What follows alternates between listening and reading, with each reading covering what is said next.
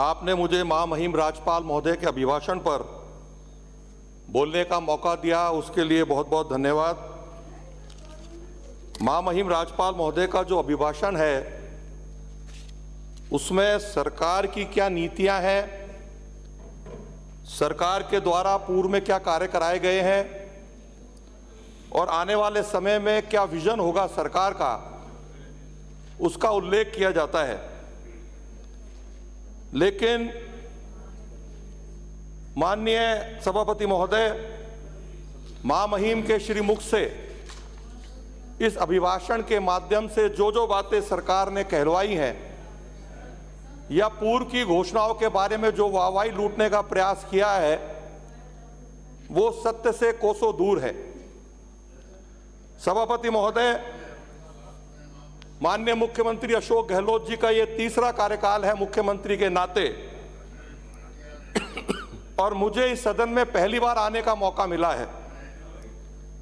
4 वर्षों में माननीय मुख्यमंत्री जी को मैंने इस सदन में बोलते हुए भी देखा है, बाहर सभाओं में बोलते सुना है। एक शब्द का वो बहुत उल्लेख करते हैं, सुशासन का। लेकिन आपके माध्यम से मैं माननीय मुख्यमंत्री जी से पूछना चाहूंगा कि अलवर जिले में, जिस जिले से मैं आता हूं, उस जिले ने कांग्रेस पार्टी को 5 विधायक दिए। 2 बहुजन समाज पार्टी के दिए जो हाथी से जीत के आए थे, लेकिन उस विधानसभा क्षेत्र की जनता और बसपा की सुप्रीमो बहन मायावती उन हाथियों को भी ढूंढ रही है, और 2 निर्दलीय विधायक जीत के आए और 2 हम भारतीय जनता पार्टी के विधायक जीत के आए, और बसपा वाले भी कांग्रेस में चले गए। निर्दलीय के विधायकों ने भी कांग्रेस सरकार को समर्थन दे दिया। लेकिन ऐसा कैसा सुशासन है कि अलवर जिला मुख्यालय, जहां हमारा एडीएम सेकंड का पद रिक्त है, वहां एक कार्यवाहक अधिकारी काम देख रहे हैं। जिस संस्था से विकास के काम शुरू होते हैं, जिला परिषद, नगर परिषद, नगर विकास न्यास, जिला परिषद में सीओ जिला परिषद का पद खाली है, नगर विकास न्यास में सचिव का पद खाली है, आयुक्त नगर परिषद का पद खाली है, एसडीएम का पद खाली है। तो इतना बहुमत जब अलवर जिले ने दिया है, तो ये कैसा सुशासन माननीय मुख्यमंत्री जी अलवर जिले की जनता को दे रहे हैं। माननीय सभापति महोदय, या आपके माध्यम से मैं माननीय मुख्यमंत्री महोदय से पूछना चाहता हूं, यदि मैं पानी की बात करूं, पानी की यदि मैं बात करूं, आदरणीय वसुंधरा राजे जी के शासन में, भारतीय जनता पार्टी की सरकार में अलवर शहर में प्रतिदिन पेयजल की सप्लाई होती थी। लेकिन पिछले 4 वर्षों में एक दिन छोड़कर एक दिन पानी दे रहे हैं सभापति महोदय, और वो भी 20 से आधा घंटा के करीब, 20 मिनट से 30 मिनट के करीब देते हैं। और कभी बिजली का बहाना लेकर के, कभी समरसेबल का बहाना लेकर के खराब हो गई, पानी की सप्लाई बाधित हो जाती है। माननीय मुख्यमंत्री महोदय ने 2019-20 के बजट में चंबल से अलवर तक पानी आने के लिए 4,718 करोड़ की परियोजना की घोषणा की थी। लेकिन दुर्भाग्यपूर्ण स्थिति है सभापति महोदय कि इस योजना पे 1 इंच काम नहीं हुआ। 2021-22 में ईसरदा बांध परियोजना को लेकर के इसी पवित्र सदन में माननीय मुख्यमंत्री जी द्वारा घोषणा की गई थी, और इस योजना को लेकर के जब मैंने प्रश्न लगाया तो जलदाय मंत्री जी ने इस पवित्र सदन के अंदर बताया कि 7 साल बाद यदि ईसरदा बांध में पानी सरप्लस हुआ तो अलवर शहर सहित अन्य 14 विधानसभाओं को पानी उपलब्ध होगा। माननीय सभापति महोदय, अलवर शहर की मैं बात करूं तो जुलाई 2022 से लेकर के 10 जनवरी 2023 तक स्थानांतरणों की जब रोक खुली हुई थी, स्थानांतरों पर रोक नहीं थी, उसमें जलदाय विभाग के नगर उपखंड प्रथम में Shri Mukul Nirwan AEN, Shri Narendra Meena AEN, Shri Mukesh Meena AEN, Shri Trilok Meena AEN, Shri Maninder Singh ji Besla AEN, ये 5 एईएन साहब पिछले 7 महीने में आए और गए, और अब श्रीमती विमला सैनी जी वहां कार्यरत हैं। वो कब चली जाएंगी इसका पता तो ना तो हमको है ना वहां के अधिकारियों को है। यदि मैं उपखंड द्वितीय की बात करूं तो एएन श्री सोन प्रकाश जी, एएन श्री मोहन सिंह जी मीणा साहब, एएन श्री गणेश लाल जी वर्मा जो वर्तमान में कार्यरत हैं, ये एएन आए और गए। यदि मैं उपखंड तृतीय की बात करूं तो राजेश सेन जी आए और गए और वर्तमान में रोहित पाराशर जी मौजूद है। मैंने इसको लेकर के जलदाय मंत्री जी से आग्रह किया था कि ऐसी कौन सी संस्था है जयपुर के अंदर जो अधिकारी आते हैं और 15 दिन बाद स्थानांतरण करा के चले जाते हैं। पानी की समस्या कहीं ना कहीं इन अधिकारियों के स्थानांतरण के कारण भी हो रही है।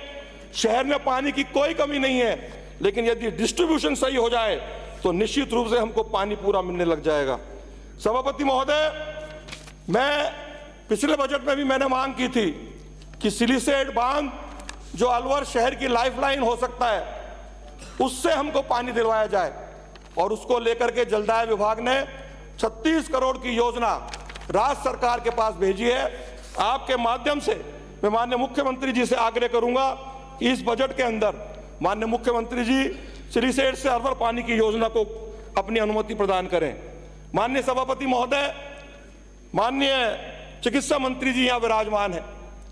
माननीय मुख्यमंत्री जी ने प्रत्येक विधानसभा क्षेत्र में एक मॉडल सीएचसी बनाने की घोषणा की थी। तत्कालीन चिकित्सा मंत्री जी ने हमसे प्रस्ताव मांगे थे। हमारे दिए हुए प्रस्ताव की घोषणा भी कर दी गई थी। चिकित्सा विभाग ने मुझसे सवा करोड़ के करीब उस डिस्पेंसरी को क्रमोन्नत करने के बाद उसके निर्माण में जो पैसा चाहिए था उसके लिए मुझसे मांग की थी। लेकिन दुर्भाग्यपूर्ण स्थिति यह है सभापति महोदय कि उस डिस्पेंसरी को चिकित्सा विभाग के आदेश के तहत निरस्त कर दिया गया और उसमें यह कहा गया कि यह प्राथमिक क्षेत्र है, डिस्पेंसरी है, सिटी डिस्पेंसरी है। उस वक्त भी मैंने निवेदन किया था कि मेरे वहां पे बड़ा अस्पताल जनाना, जब सरकारी राजीव गांधी अस्पताल है, जनाना अस्पताल है, सैटेलाइट हॉस्पिटल है, बाकी हमारी शहरी सभी प्राथमिक डिस्पेंसरीज हैं। उसके बाद इस जो हमारा मॉडल सामुदायिक भवन है उसको निरस्त करने का काम किया। तो आदरणीय स्वास्थ्य मंत्री जी, आपके चिकित्सा महकमे ने किया। मैं आपके माध्यम से चिकित्सा मंत्री जी से आग्रह करूंगा कि इस प्रकार का भेदभाव का वातावरण अलवर शहर की जनता के साथ ना करें। कृपा करके उस मॉडल सीएचसी को पुनः स्थापित करके काम करने का मौका दें और जिससे आम जनता को राहत मिल सके। माननीय सभापति महोदय, यदि मैं स्वायत्त शासन विभाग की बात करूं, माननीय मुख्यमंत्री महोदय ने प्रत्येक विधानसभा क्षेत्र में 7 करोड़ की सड़कों का प्रपोजल नगर परिषद के माध्यम से मंगवाए थे, जिन सड़कों का निर्माण पीडब्ल्यूडी विभाग को किया जाना था। लेकिन दुर्भाग्यपूर्ण स्थिति यह है, नगर परिषद द्वारा 7 करोड़ के प्रपोजल डीएलवी में भेज दिए गए। डीएलवी के डायरेक्टर साहब ने उन प्रपोजल पर अपनी सहमति प्रदान कर दी गई, लेकिन पीडब्ल्यूडी विभाग द्वारा आज तक उन सड़कों का निर्माण कार्य शुरू नहीं हुआ है। उसी के साथ साथ अलवर में शालीमार योजना में जो सीवर लाइन व एसटीपी निर्माण कार्य, वैशाली नगर में से एमआईए तक 4 लेन सड़क का एवं नारा निर्माण, हीरावास काली मोरी में 200 फीट बाईपास का एवं रूपवास आरोबी में हनुमान सर्किल तक नाला निर्माण कार्य किया जाना था, उस पर भी आज तक कोई कार्रवाई नहीं हुई है। अलवर शहर में यातायात के दबाव को देख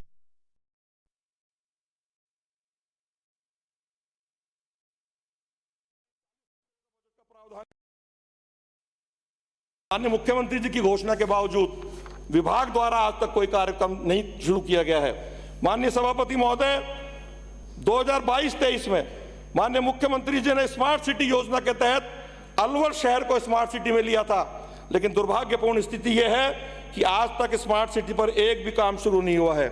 माननीय सभापति महोदय, चिकित्सा मंत्री जी यहाँ मौजूद हैं। चिकित्सा मंत्री जी, अलवर शहर में 550 बेड हैं, सरकारी अस्पताल हो, जनरल अस्पताल को मिलाकर के, और लगभग 750 बेड हमारे यहाँ लगते हैं। उद्योग मंत्री जी जब मंत्री नहीं थी, विधायक के नाते जनरल अस्पताल में गई थी, एक एक बेड पे 2-2, 3-3 जनियों को लिटाया हुआ था।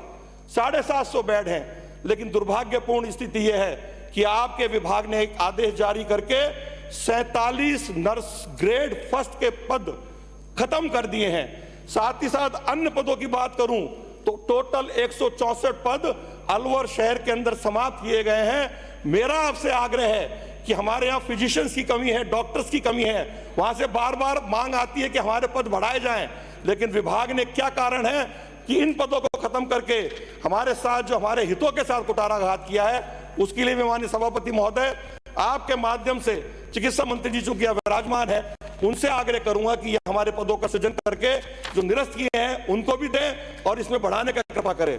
साथ ही साथ माननीय मुख्यमंत्री जी ने जो जनता क्लिनिक की बात की थी, वो जनता क्लिनिक कोसों दूर है माननीय सभापति महोदय। माननीय उद्योग मंत्री जी यहाँ विराजमान है।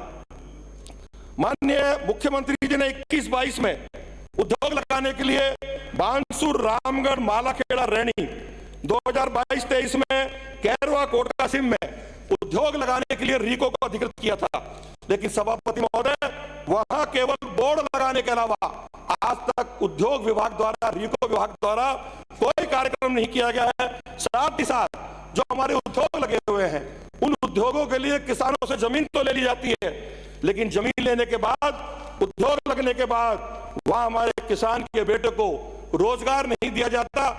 जब आप पहले उद्योग मंत्री थे माननीय चिकित्सा मंत्री जी, मैंने उस वक्त भी मांग की थी, और हमारे अलवर शहर की बेटी अब उद्योग मंत्री है, मैं उनसे भी मांग कर रहा हूं सभापति महोदय, अलवर जिले के उद्योगों में 75% का आरक्षण का प्रावधान अलवर शहर के बच्चों के लिए, अलवर शहर के किसान के बेटों के लिए किया जाए, तो निश्चित रूप से बेरोजगारी की समस्या से हम लड़ सकेंगे और बेरोजगारी की समस्या को दूर भी कर सकेंगे।